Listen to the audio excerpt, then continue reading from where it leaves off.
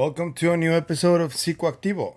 Um, First of all, I would like to thank everybody who's been commenting on the videos and all the great feedback that I've been getting. I want to thank you guys for the support.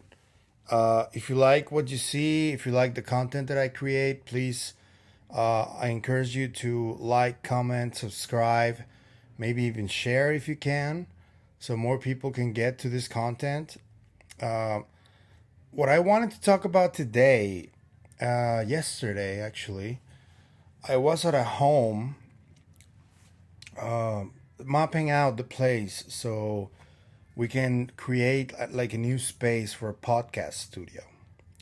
And the person that I was talking to referenced Friedrich Nietzsche, who is this German philosopher who, in my opinion, gets a really bad rep because he has a book called a phrase that goes something along the lines of "God is dead and we killed him" or something like that.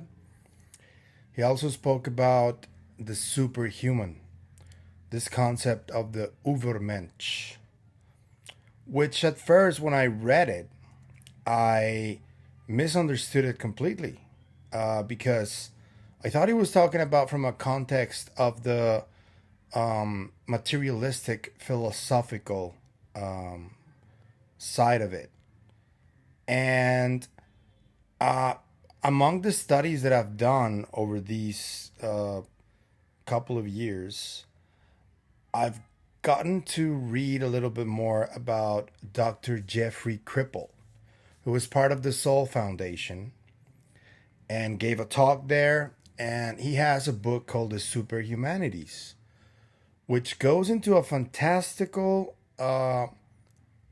proposal where he is convinced that us humans actually are capable of supernatural feats.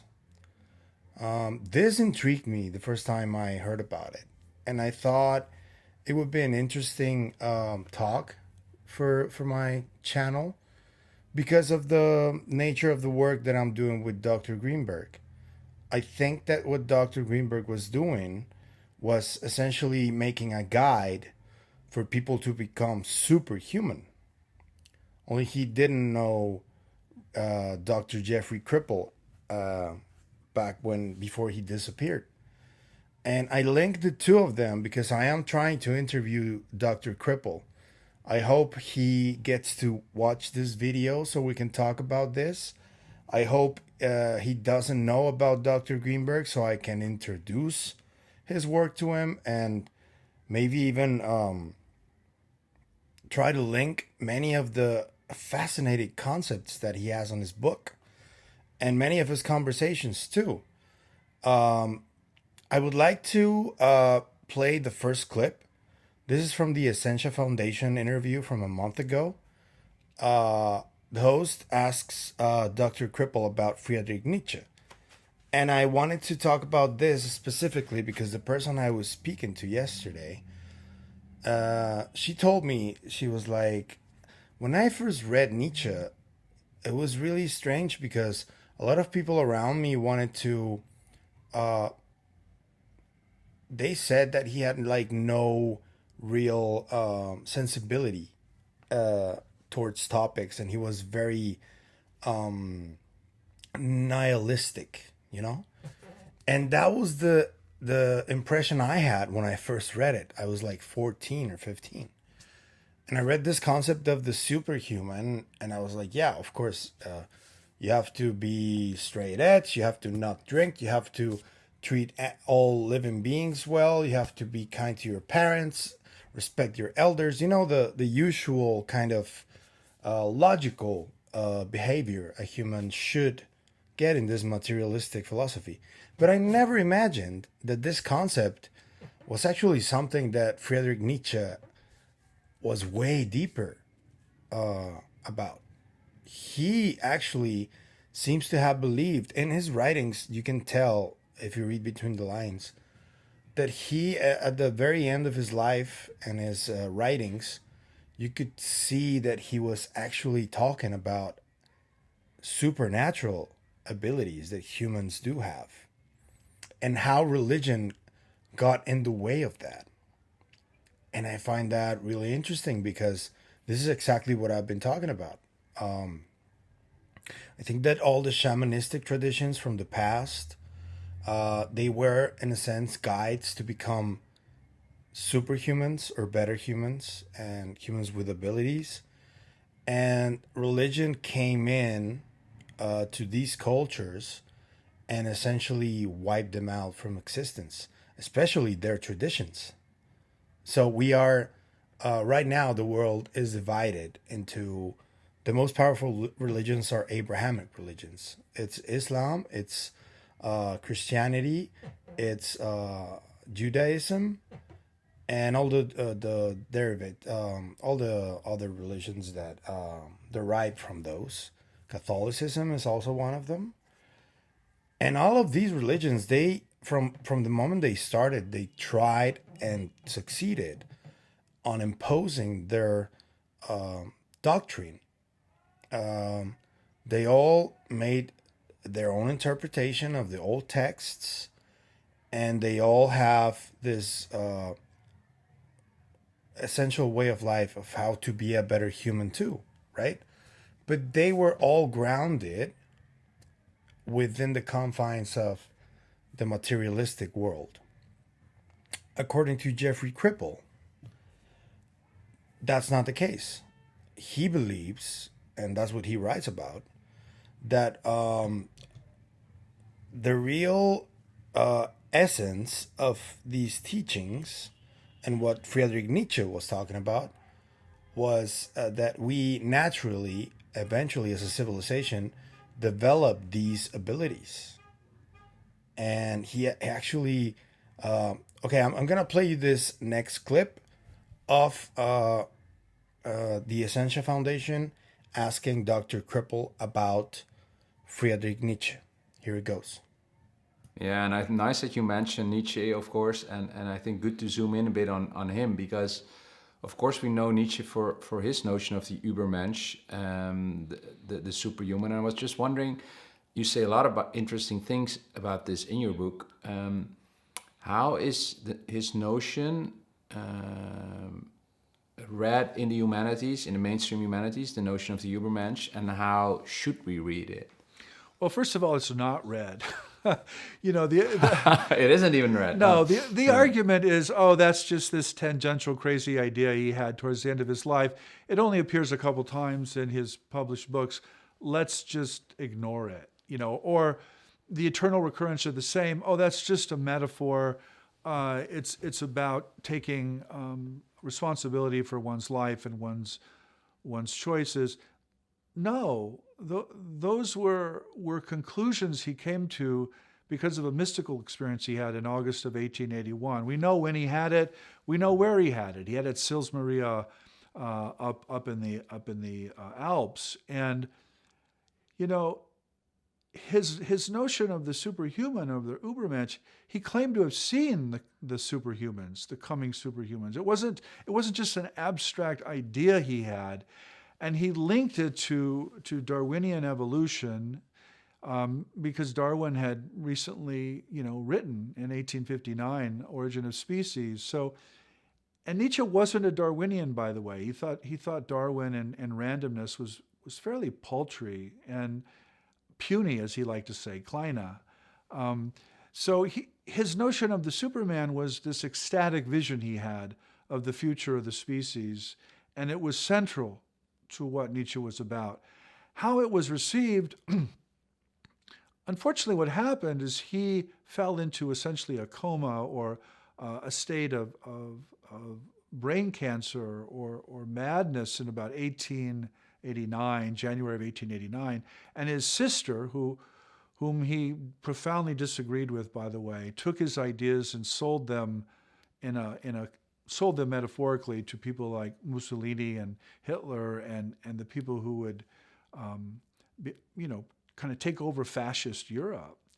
And so it was really the Ubermensch and Nietzsche who gets picked up by German fascism, really, and that's why it's largely rejected. Certainly in the European context, there was a different reception of Nietzsche in the States. The American Nietzsche was not at all like the European Nietzsche, and Nietzsche gets linked to things like sexual activism, gender activism, racial activism, a kind of Jewish intellectualism, to Superman himself, the guy in the blue tights and the red cape. I mean, that all comes from Nietzsche. So there is what I'm trying to say is there are different ways to pick up Nietzsche's Übermensch, and what we've focused on are the really bad ones that, in fact, did help create really, really bad, horrible things, particularly in Europe. But that's not Nietzsche. Nietzsche was basically gone, in 1889. He's not responsible for that. His sister is. Yeah, it's absolutely true that especially in Europe we link it with fascism. That's just what you do in college. It starts. But I'm just very curious because how super was his Ubermensch vision? I mean, how close does it get to the real Superman vision, or did he mean it more metaphorically than we think? Or I don't think he meant it metaphorically. I think he was referring to an actual physical superspecies that existed in the future and that would essentially take over or overcome, as he said, the ordinary human species. Nietzsche was really disgusted with European humanity. He thought it was nihilistic. It was without goal. It was without meaning. And his whole project was to overcome this European nihilism. And he felt that the coming Übermensch, or the coming superhuman species, was the answer to this. It was how we would overcome the nihilism that we were stuck in, in the late 19th century. And it wasn't just the Übermensch, by the way, that the European intellectuals rejected. It was the soul, it was the supernatural, it was the paranormal, it was the occult, it was all kinds of categories that they themselves invented, by the way. It was all European intellectuals who came up with these ideas and these categories, and that all gets kind of conflated with German fascism in Europe, and then just gets rejected outright. And what I'm trying to say is that did not happen in other cultures, and the supernatural or the occult or the paranormal is not dependent in any way on what happened in Germany. It's a universal human potential or attribute, and it gets picked up and talked about and integrated or not integrated in very specific ways. Okay, so now Jeffrey talks about the meaning behind this phrase that God is dead or God must die. And I'm going to leave you the clip right here. Look, the reason God has to die is that so superhumans can live. We have to stop projecting our own divinity and our own immortality outside of ourselves and then bowing down as if we're some kind of servants or slaves to this monarch in the sky. This is bad. This is really bad. And this is what Nietzsche was objecting to. He objected to religion not because of its extreme claims. He was saying something much more extreme, much more outrageous, frankly. He objected to religion because it made people weak. And, as a scholar of religion, I'm like, yeah, that's true. That's true. That happens. So I was like, oh, he's one of us, But he's like this really extreme version of us that's in which you can kind of see yourself in a new way, I think.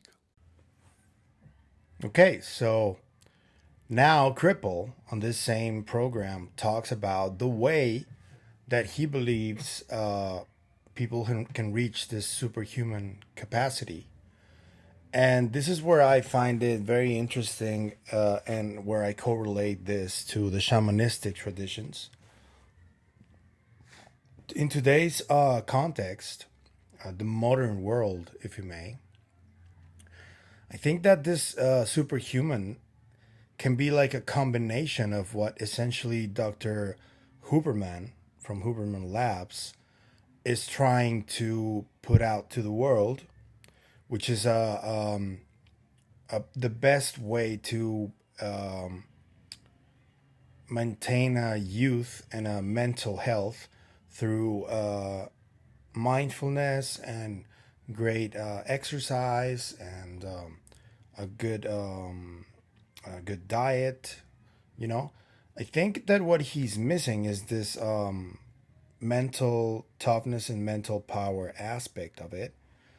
I would really love it if Dr. Kripal would sit down with Dr. Huberman and have a conversation, because the perfect guide to become a superhuman is a combination of multiple people's works that are out there right now, and they're exploring this same concept but through different avenues. Huberman does his thing with the medicine and exercise and biohacking and all that stuff. And Dr. Kripal is very similar to Dr. Grimberg because they explore the actual power of the mind, of the psyche. And this final clip, no, this is the this next clip is where he talks about this, the way in which us humans try to overcome the materialistic world and try to rediscover these abilities that we have. It's been proven that both shamans and what the so-called witches, I don't think they were witches, that was like a derogative term for them. They are sorcerers in a way, priestesses, if you may. I don't know. So here's the clip. I talk about religion as legitimate science fiction, and by that I mean the German sociologist whose name escapes me right now. I'm sorry, it always escapes me, but Weber. No, it wasn't Weber. It was a contemporary sociologist of religion, writing actually when I was in graduate school. I'll think of his name.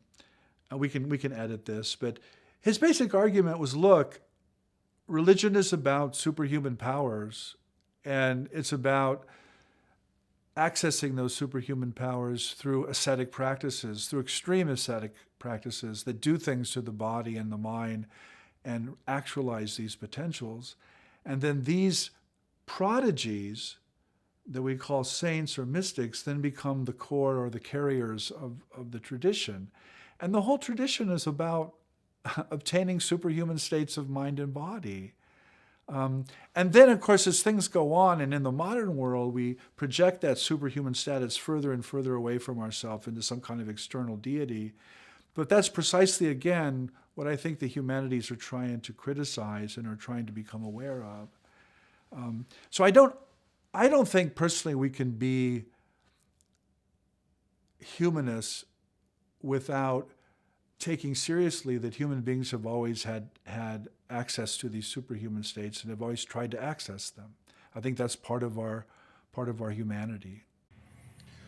Last but not least, this concept is the main reason that I started becoming curious of the whole superhuman concept of Nietzsche, because when I was young, I used to read comic books and I used to watch the X-Men series. And those who know, I mean, you have been watching, if you like Marvel, you have been watching the X-Men 97 show. But I used to watch the old show from the early 90s.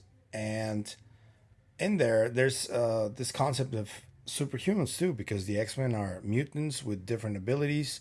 There's like this metamorphosis that goes on in the human genome that eventually gets people to be born with different types of skills depending on the human. They start categorizing it, each of them, and Kripal claims that this is real. The whole concept of the X-Men and humans with superhuman abilities is real. So I'm gonna play this clip right now. And to just again zoom in on the super and on the Ubermensch, if we so would that mean that we can all acquire these transcendent states and the capacities that then maybe can be endowed upon you? I mean, clairvoyance, precognition, just the psi stuff, the X-Men stuff, because it is a bit how I read your book. It's like almost this, this we are in a X-Men movie in a sense. It is X-Men stuff. The X-Men mythology is true, Hans. I mean, it's just true. But the X-Men mythology is derivative, comes out of these historical experiences that have been going on for millennia. I wrote a chapter once in another book called The X-Men Before Their Time. And the X-Men before their time is pretty much everyone. I mean, it's pretty much the history of religions. And again, we've forgotten that, and we've shoved things into entertainment, into science fiction, into superhero comics, so we can somehow, I suppose, deal with it or entertain ourselves. But those myths and that pop culture has a very serious foundation, which is us.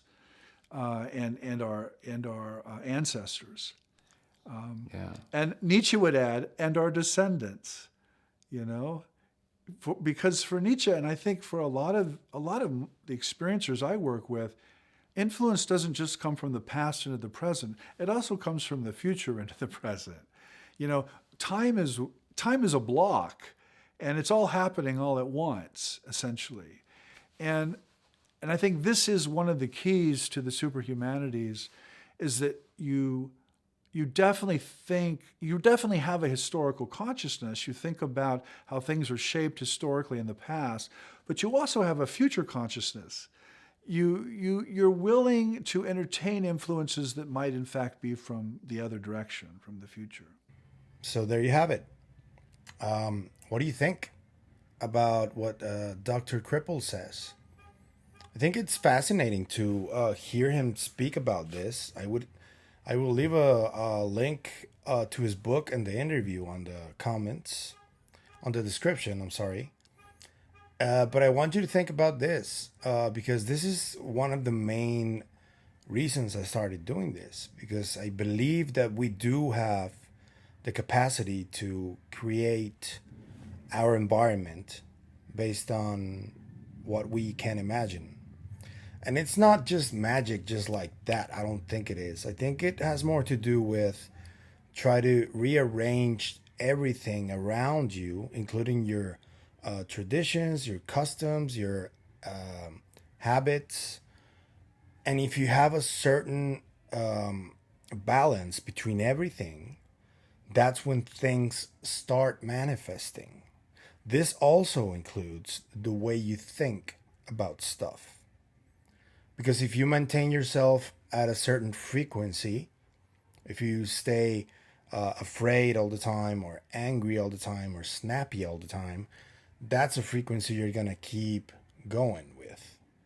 Or if you always try to see the glass half full, as they say, or if you try to laugh all day, or if you try to find like a certain curiosity to things, keep that curiosity alive, I think that's a different frequency. And that will help you keep escalating until you reach a certain level of understanding the reality. And as a result, that reality is going to open itself to you.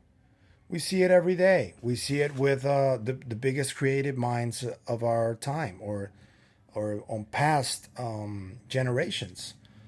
Right now, the best examples I can give you are maybe athletes that are doing it. Some of the biggest directors alive, they have access to this collective unconscious like automatically already, because they have made all the repetitions before that, and it takes a lot of preparation to get to that level. And I think that's what Jeffrey Kripal is talking about. He also, I mean, he does talk about the supernatural aspect of it. And I've seen some examples of that, as I told you before. I am an experiencer. I haven't had any contact with any type of NHI, not that I know of. I have spoken to some voice. Maybe it's just my own unconscious while I'm on psychedelics. But the one thing that I do for certain know that I experienced is telepathy. Telepathy is real.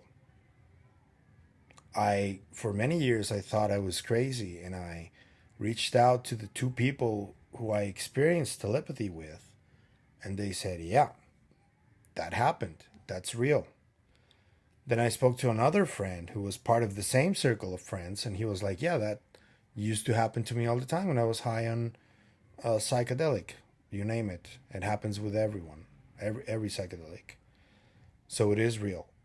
The thing is that I did it with help, quote unquote, which is psychedelics. What I want to know is, can we do it without psychedelics?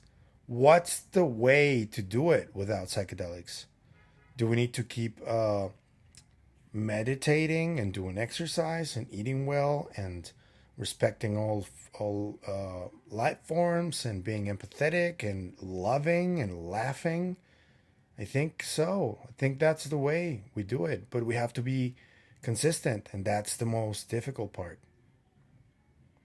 Even I haven't been able to be consistent on all of it, and I think that there needs to be a combination of all factors so you can reach a certain point where you can actually display some kind of skill, you know. So I guess we all have homework to do.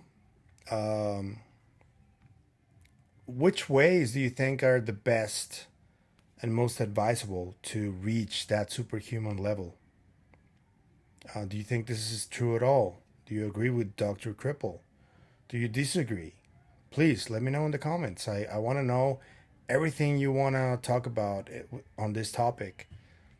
Can superhumans eventually be real? How does religion play into the obstruction of this very notion of a superhuman? Let me know in the comments. And that's it for today's video. I want to thank you guys again for all the support, and I'll see you guys on the next one. Bye.